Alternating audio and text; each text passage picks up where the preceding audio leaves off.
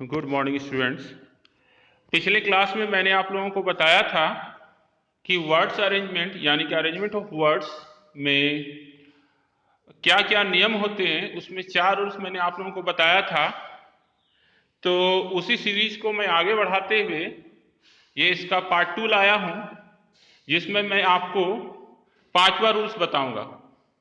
तो आप लोग ध्यान से देखिए, पेन और कॉपी लेकर बैठिए, वीडियो को देखिए और इसका एक नोट्स बनाइए। तो देखिए, मैं स्लाइड को आगे बढ़ा रहा हूं।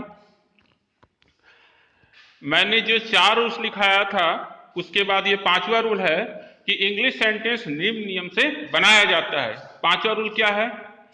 जब रिलेटिव प्रोनाउन ऑब्जेक्ट रहता है तब हिंदी के समान इंग्लिश में भी वह पहले ही आता है। रिलेटिव प्रोनाउन ये क्या होता है?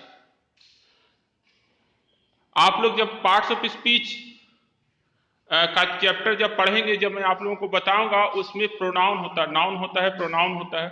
और प्रोनाउन का बहुत सारा पार्ट्स होता है, बहुत सारा काइंड होता है, जिसमें एक है रिलेटिव प्रोनाउन। रिलेटिव प्रोनाउन क्या होता है?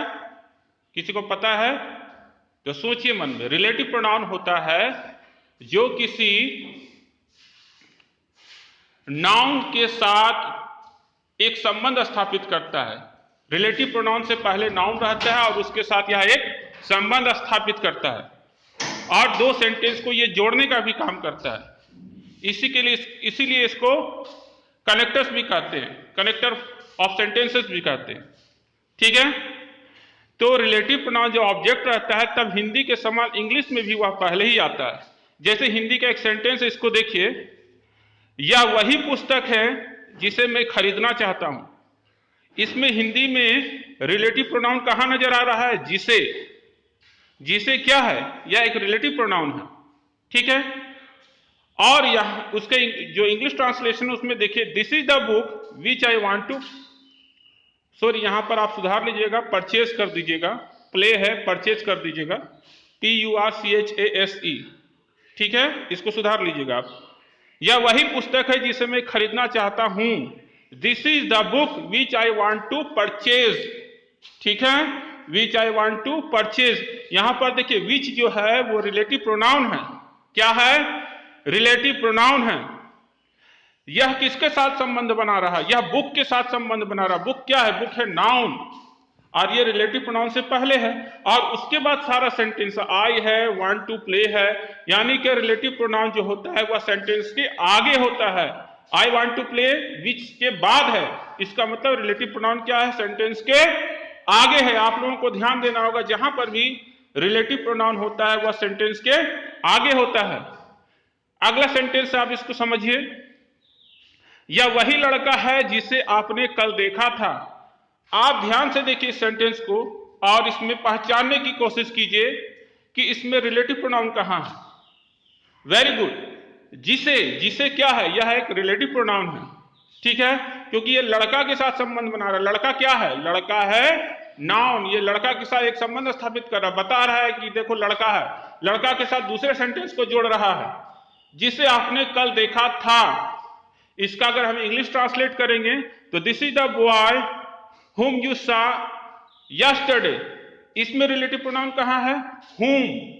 whom क्या है? यह एक रिलेटिव प्रोनाउन है, WHOM, whom।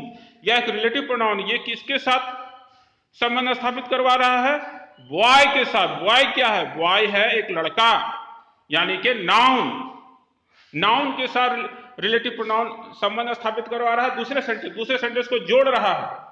ठीक है, इसलिए देखिए whom के बाद ही आगे का सेंटेंस है, यू सॉ यस्टरडे। ये पूरा सेंटेंस है, लेकिन सबसे पहले क्या है? रिलेटिव प्रोनाउन है, तब उसके बाद बाकी का सेंटेंस है। तो जहां पर भी रिलेटिव प्रोनाउन रहेगा उसके बाद सारा सेंटेंस रहेगा। यू है सब्जेक्ट, सॉ है वर्ब, है कि नहीं?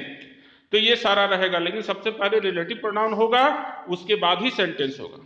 ठीक है, चलिए हम लोग आगे का सेंटेंस देखते हैं।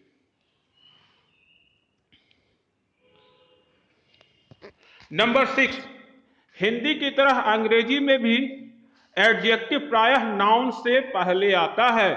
अच्छा, एडजेक्टिव क्या है? यह भी पार्ट्स ऑफ स्पीच का एक पार्ट है। एडजेक्टिव यानी किसी की विशेषता। अगर कोई घर बड़ा है तो बिग हाउस बोलते हैं, तो बिग क्या हो गया? एडजेक्टिव। स्मॉल हाउस, छोटा घर है, स्मॉल हाउस बोलते हैं, तो स्मॉल क्या है? यह है एडजेक्टिव। तो याद रखिएगा, एडजेक्टिव किसको कहते हैं? जो किसी नाउन या प्रोनाउन की विशेषता बताता है उसे एडजेक्टिव कहते हैं। ठीक है, इसको हम लोग एग्जाम्पल से समझते हैं। अच्छा लड़का, आप ध्यान से देखिए, इसमें लड़का तो है नाउन, लेकिन अच्छा क्या है? अच्छा लड़का की विशेषता यानी कि एडजेक्टिव है ना, इसको विशेषण भी कहते हैं हिंदी में। तो याद रखिए कि विशेषण यानी कि एडजेक्टिव जो होता है वो नाउन से हमेशा पहले होता है, अधिकतर नाउन से क्या होता है? पहले होता है। इसका हिंदी इंग्लिश ट्रांसलेशन देखिए, ए गुड बॉय, तो बॉय क्या है? नाउन है, और नाउन से पहले क्या आया? गुड, यानी कि एडजेक्टिव। तो हमेशा याद रखिएगा कि एडजेक्टिव जो होता है वो नाउन से पहले होता है। इसको आप ऐसे नहीं लिख सकते ए बॉय गुड, नहीं, गलत हो जाएगा। आपको ए गुड बॉय ही लिखना है। क्यों? क्योंकि एडजेक्टिव जो होता है वो नाउन से पहले होता है। क्लियर? दूसरा सेंटेंस देखिए, बड़ा घर, बड़ा क्या है? बड़ा है एडजेक्टिव, और घर क्या है? घर है नाउन। नाउन से पहले एडजेक्टिव यूज हो रहा है। ऐसे इसको नहीं कर सकते घर बड़ा, ऐसा नहीं बोल सकते। बड़ा घर, एडजेक्टिव पहले होगा और नाउन पीछे होगा। उसी तरह इसका इंग्लिश ट्रांसलेशन देखिए, ए बिग हाउस, हाउस क्या है? हाउस है नाउन, और उसकी विशेषता कौन बता रहा? बिग। घर कैसा है? बड़ा है, तो बिग हो गया एडजेक्टिव, और एडजेक्टिव हमेशा नाउन से पहले होता है। इसको अगर आप चाहिएगा कि हम बोले हाउस, ए हाउस बिग, नहीं, गलत हो जाएगा। पहले नाउन नहीं होगा, पहले एडजेक्टिव होगा, और उसके बाद ही आपको नाउन लिखना है। ये अपने दिमाग में बैठा लीजिए। अगला देखिए, मेहनती किसान, ए लेबोरियस फार्मर। किसान क्या है? किसान है नाउन यानी संज्ञा, और मेहनती क्या है? मेहनती है विशेषण यानी कि एडजेक्टिव। तो देखिए, एडजेक्टिव हमेशा नाउन से पहले आ रहा है। ए लेबोरियस फार्मर, लेबोरियस क्या है? एडजेक्टिव। किसका एडजेक्टिव है? फार्मर का, यानी नाउन का। तो वो देखिए, एडजेक्टिव हमेशा नाउन से पहले ही आ रहा है। अगर आप किसी सेंटेंस को बनाते हैं, अगर किसी नाउन का एडजेक्टिव आप लिख रहे हैं, उसकी विशेषता बता रहे हैं, तो आपको हमेशा एडजेक्टिव को नाउन के आगे ही रखना है, कभी भी नाउन के बाद नहीं रखना है। ये चीज आप लोग दिमाग में बैठा लीजिएगा। ठीक है? और आपको जो एडजेक्टिव, नाउन, प्रोनाउन या इसके बारे में दिक्कत हो रहा है, तो इसका मैं एक सीरीज बनाऊंगा। आप लोग वीडियो को रोक कर सबसे पहले सब्सक्राइब कर लीजिए, ताकि जो भी नया नया वीडियो आपसे जुड़ा हुआ हम बनाएंगे वो आपको सबसे पहले मिलेगा। और सब्सक्राइब करने में कोई पैसा नहीं लगता है। चलिए हम लोग आगे बढ़ते हैं। ये सेंटेंस देखिए, 7वां जो नियम है, हिंदी में एडवर्ब प्रायः वर्ब के पहले आता है, लेकिन अंग्रेजी में एडवर्ब वर्ब के बाद आता है। अब आपसे पूछेंगे एडवर्ब क्या होता है? तो एडवर्ब जो वर्ब की विशेषता बताता है, वर्ब के बारे में, क्रिया के बारे में बताता है। जैसे वह जाता है, वह दौड़ता है। दौड़ना क्या है? दौड़ना वर्ब है। वह तेज दौड़ता है, कैसा दौड़ता है? तेज। तो तेज क्या हो गया? तेज हो गया एडवर्ब। क्यों एडवर्ब हुआ? क्योंकि वो वर्ब की विशेषता बता रहा है। दौड़ कैसा रहा? वह धीरे धीरे दौड़ रहा है या तेज दौड़ रहा है। तो ये जो धीरे धीरे या तेज, ये क्या है? यह है एडवर्ब। याद रखिएगा, आपको जब भी हम पार्ट्स ऑफ स्पीच का जो सीरीज बताएंगे, बहुत अच्छे से इसके बारे में हम आपको डिटेल्स देंगे। ठीक है? तो याद रखिएगा, हिंदी में तो एडवर्ब जो होता है वो वर्ब से पहले होता है, लेकिन अंग्रेजी में क्या होता है? पहले वर्ब होता है, उसके बाद और एडवर्ब होता है। जैसे अभी हिंदी का एक एग्जांपल देखिए, सावधानी से लिखो। यहां पर लिखना क्या है? लिखना है वर्ब। कैसे लिखो? सावधानी से। ये हो गया एडवर्ब। तो एडवर्ब देखिए पहले है, सावधानी एडवर्ब पहले लिखा जा रहा है, और लिखो ये उसके बाद है। यानी कि हिंदी सेंटेंस में एडवर्ब पहले होता है और वर्ब बाद में होता है।